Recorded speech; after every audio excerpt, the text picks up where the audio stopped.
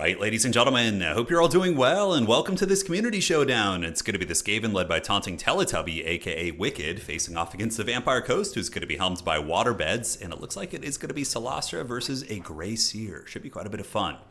So for the Skaven army, it's going to be a massive force of Skaven slaves and clan rats, which is extremely standard. Pretty much every Skaven build is going to be opening that way, more or less. Poisonwing Globadier is a nice utility piece for breaking through the massive zombies and also gives you some punch against the Syrenes, which can be very menacing in this matchup. If you're not careful, Night Runner Slinger is an excellent choice. I love these things because they do great range damage against light armor, which is Vampire Coast, and on top of that, they can fight off Scurvy Dogs and Fellbats pretty well with their 29, 22, 26 stat line, as well as the physical resist. So pretty freaking awesome. The dreaded Council Guard in the back going to be escorting the Grey Seer. We can assume he's of the Council here. He's up on his bell cackling. I always like that. It's a pretty cool shot, right? You got the Council Guard like escorting the Grey Seer to battle. Very epic stuff. But the Grey Seer is going to be rocking what appears to be the Warpstorm Scroll to deal with flying units. We do also have the dreaded 13 spell, Wither for armor debuff, and just the standard bound spells there. So that is it for the Skaven army. Just a very wide force looking to play the battlefield control game and grab all the objectives quickly, probably. Zombie pirate gunnery mobs here, double Scurvy Doggo here for the Vampire Coast. We do have a bit of an artillery line. Mortars are not bad against Skaven. They can definitely do some work. They're okay at kind of punching through just bricks of low quality infantry, which is what the Skaven are made of. So I think like investing 1,200 in mortars isn't a bad idea. Deck gunners as well. My only concern is as you go even wider with the gun line, you got a handgun, 2 mortars, as well as the deck gunners. You can run into some issues protecting everything. I mean, you got 2 gunnery mobs up here as well. So there's a chance that the Skaven could bum rush you with a bunch of wolf rats and, Doom players and things like that. But Skaven, it's not the hardest to fend off their wolf rats. I mean, Scurvy Dogs, I think head to head, I'm not sure if they beat a wolf rat. We'll have to see. Maybe it'll happen over the course of this game. I think the Wolf Rat with poison might have a slight advantage against a Scurvy Dog because of the poison, but leadership obviously favors the Scurvy Dog. So if anything is going wrong or the Wolf Rat is damaged, it's going to run a lot quicker, right? But let's get this party started. Let's have some fun, and we will fast forward the initial portion of the game while the 2 armies move up on the objectives. And it looks like it's going to be going to a quick cap here for the Vampire Coast, but the Skaven immediately come up and capture the objectives for themselves, and what is this witchcraft? The sneaky taunting Teletubby here. Looks like Wicked is getting extra devious as he's got his wolf rats around the backside. He's going to be swarming in, and this is a pretty hard one to spot because, like, if you look at the mini map, right, it's kind of like down here. It's really out of sight, out of mind, and they might be able to get back here and get on one of the mortars if the Vampire Coast isn't careful. Even so, the mortar teams are shooting into the Night Runners and getting good value out of the gates, right? So if those mortars are kept online, a decent chance that they're going to be doing some serious work. We have a couple dogs here in the dreaded pencil formation. I think he was like maybe planning on trying to push through here. It's hard to say, but the sneakiness in the backfield is going to be very menacing as the wolf rats look like they're going to be closing the distance. And that one's going to feel pretty bad here for sure for the old Vampire Coast. And Salastra will probably see this pretty quickly and come over here and deal with them, but not before one of the mortars does die. And yes, Salastra does see it. In the meantime, the dogs have been given an attack order, so the 2 pencil formation doggos flanking onto the Skaven slaves. They're trying to nibble them down very quickly. But yeah, looks like the Skaven are going to be able to get a good swarm on this position. The Night Runners, of course, doing excellent damage against the zombie pirate deckhand mobs here. And the Wolf Rat's now going to be creeping around the outside to try and compromise the deck gunners. Really hard to defend all these angles. Skaven are surprisingly quick. And Rat Ogres have also jumped on Objective 3 to try and shut that down. Oh, the dreaded 13th spell, for whom the bell tolls, and the rats emerge from the depths. They are able to get a lot of burst damage on those handguns because the dreaded 13 spell does have impact damage as well, so you can see it almost KOs that unit. 1 mortar did get taken offline. The dogs do get chased off the battlefield completely by a little bit of crossfire. So the Vampire Coast player stabilizing in some regards, at least able to get 1 mortar online, but unfortunately the other deck gunners also going to be hunted down by the rats here. So a bit of a folly sending the Rotting Prometheans to kind of try and salvage that dreaded 13 spell situation.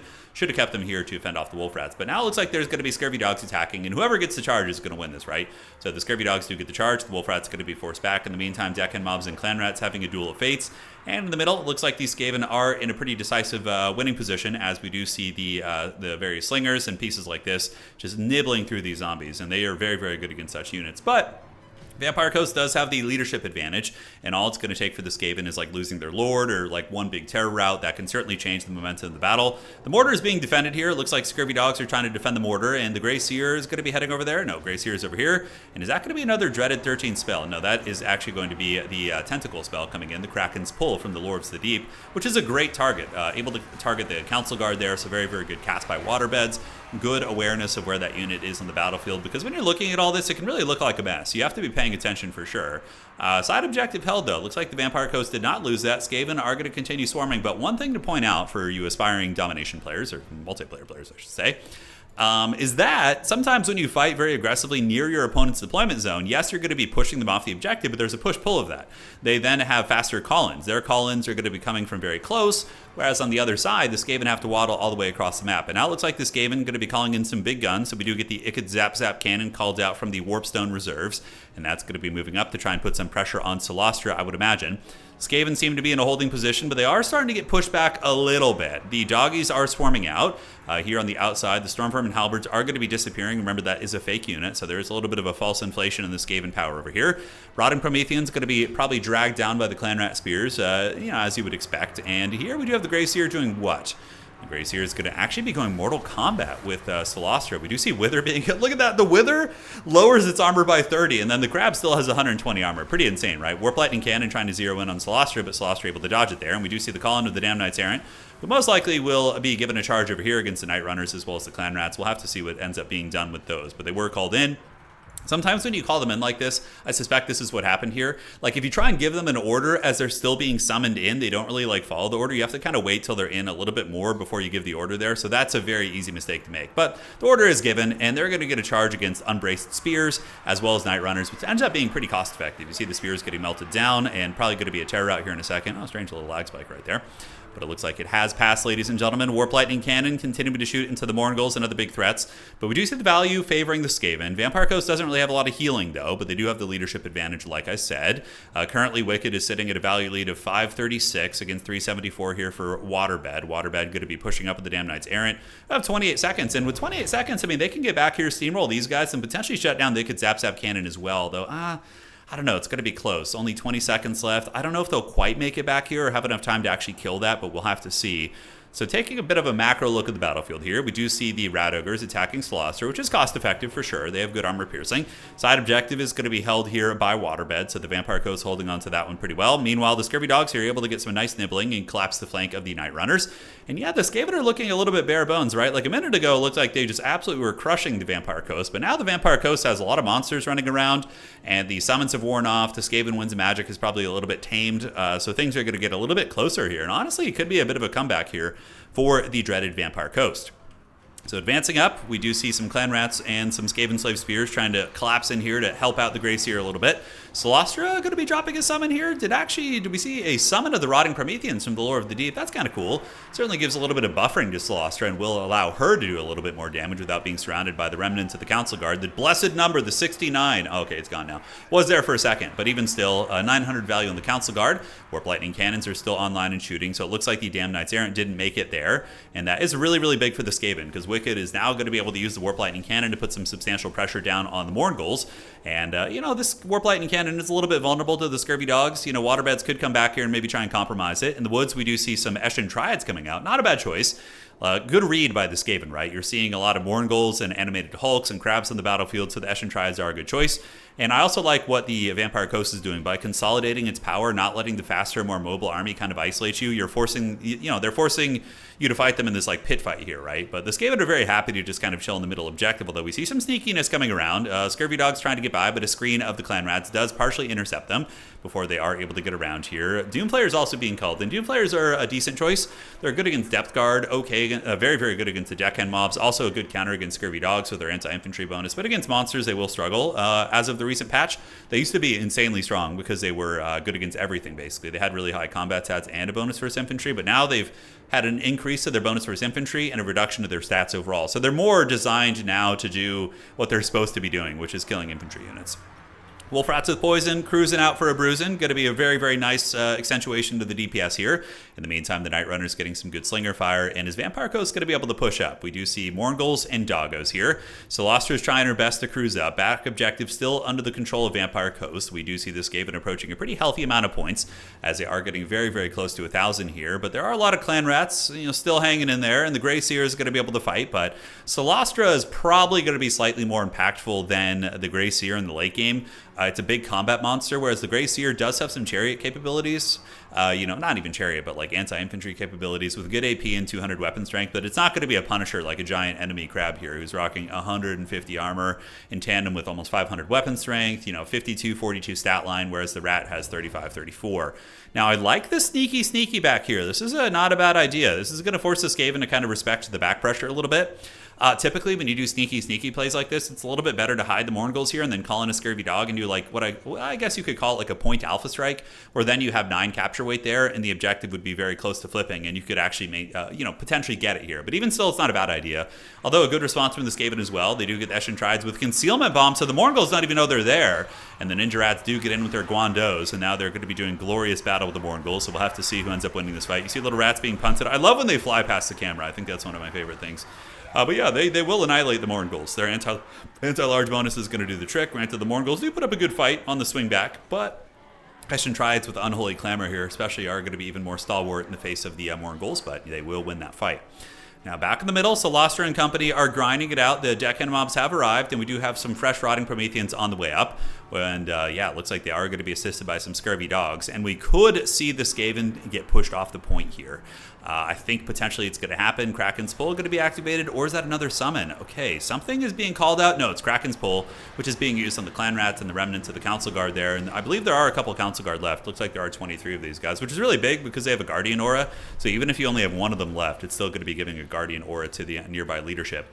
Rotting Prometheans are arriving, and the Skaven are definitely losing ground. So I think I can foresee that this is going to be a Helm's Deep game for the Skaven, where they're going to be forced onto their back objective and just trying to hold out there, which is certainly very, very possible. And as it currently stands, I believe it is a triple cap situation, so the Skaven could win on one. Granted, it's going to be a long time on that one objective, right? So preferably, the Skaven are going to want to sacrifice some units, try and hold down the middle for as long as they can, and feast and not famine, potentially. So backside pressure, Scurvy Dogs making their way over there. The Guando Rats, the Eshin Triads are getting a little bit sneaky as well. Not sure what their mission is here, but they would probably lose to these Scurvy Dogs if they end up fighting. Scurvy Dogs are very healthy, 6,000 HP, and maybe they're going to be able to get the intercept because the dogs don't have the charge order, so maybe there's a chance for them here. So they do get in. A little bit of impact damage against the Scurvy Dogs, pretty much none whatsoever. The Scurvy Dogs do start to take some damage, but they should be able to nibble down these Eshin Triads, although, leadership on these Hound units can be very fickle on these War Beasts. And nearby, we do see some Night Runners, so those Night Runners could be rerouted over here to try and salvage that back objective. In the meantime, the Skaven are holding on to the middle just barely. The Vampire Coast has arrived with quite a bit. We do see Wither being activated on the Prometheans, lowering their armor a little bit. Warp Lightning Cannon also lending its blade to the battle here. As the last of the Council Guard going down, the one brave rat does get squashed by the crab. He tried his best. He tried so hard and got so far. Okay, looks like a little back pressure here as Wolf Rats versus the Dire Wolves, or the Scurvy Wolves, Scurvy Dogs. But the Wolf Rats will win that because the Scurvy Dogs were very damaged. If they were dead equal, I'm really not sure. But the crumbling is going to be a variable. Wolf Rats, of course, hanging on. When they're winning a fight, Skaven are great when things are going their way. But then when they're not, the leadership becomes really, really bad. But they do end up winning that fight because of the health advantage, probably. And it looks like there's going to be another Scurvy Dog being called in, so the back objective is going to be stabilized. But little plays like this are good. Like, you get a value advantage, and you also force your opponent to have to defend their back point instead of trying to press your back point, right? So yeah, clearly a triple cap situation right now. We're going to see if the Rats are going to be able to do it. As of now, they do continue fighting in the middle. We do see the Mourngulls arriving, and they're going to be charged down by the Doomflayers as well as some Clan Rat Spears. They would crush the Doomflayers in combat, but the Clan Rat Spears will not make quick work of a Mourngull, but they will win over a grind probably. There's just so many of them. There's 160, each of which hits for 23 weapon strength with the bonus versus large. I mean, that is really, really good. On the backside, we see Mourngulls advancing up, and it looks like the back objective is a little bit undefended. The Rats could be in a dangerous situation. Maybe they should send something back there to just kind of anchor that down at this point. Knowing that they can win there, that would be the typical play you would see, is just like a lot of units being spammed towards this objective just to like make your last stand on that. And one of the good things for the Skaven is the fact that they have their leadership. Skaven are pretty awful when their lords die. It's one of the biggest issues that Skaven do have is their leadership. So the fact that the Grey Seer is still cackling and has gotten about 1,400 value. His dreaded 13 spells were very, very good.